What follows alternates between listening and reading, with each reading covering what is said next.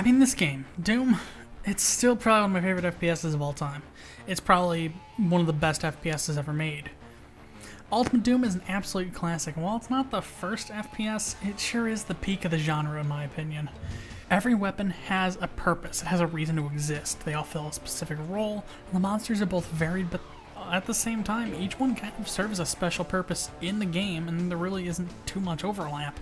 And the map design is just, downright legendary. It's Ultimate Doom. Complaining about it's practically a form of treason.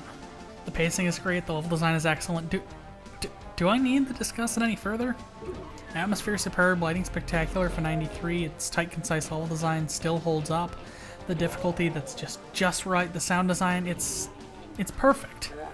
Almost perfect. But it's so much closer to the sun than any other game since, honestly. I do have a couple gripes, but they're mostly forgivable.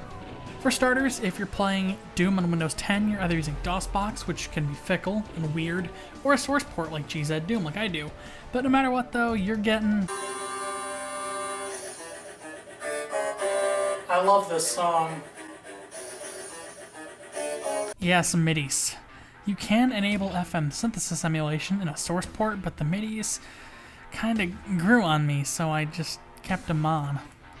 And the underlying compositions by Bobby Prince are awesome, so even if you're listening to them with fart noises, they're still pretty great. The only real way I could think of messing these up is making some sort of EDM metal hybrid out of them, but nobody would ever. My only other major gripe is episode 4 of the Ultimate Doom. I mean, the first 3 chapters tell a whole story front to back, and the death of the Spider Mastermind ends everything. And then in episode 4, she's back. For some reason. I mean, episode 4 is kind of just an ad for Doom 2. And I don't feel like the level design is as good as the original 3 episodes, but it's a bonus episode. If the appetizer and entree are awesome, then the free dessert at the end isn't as good.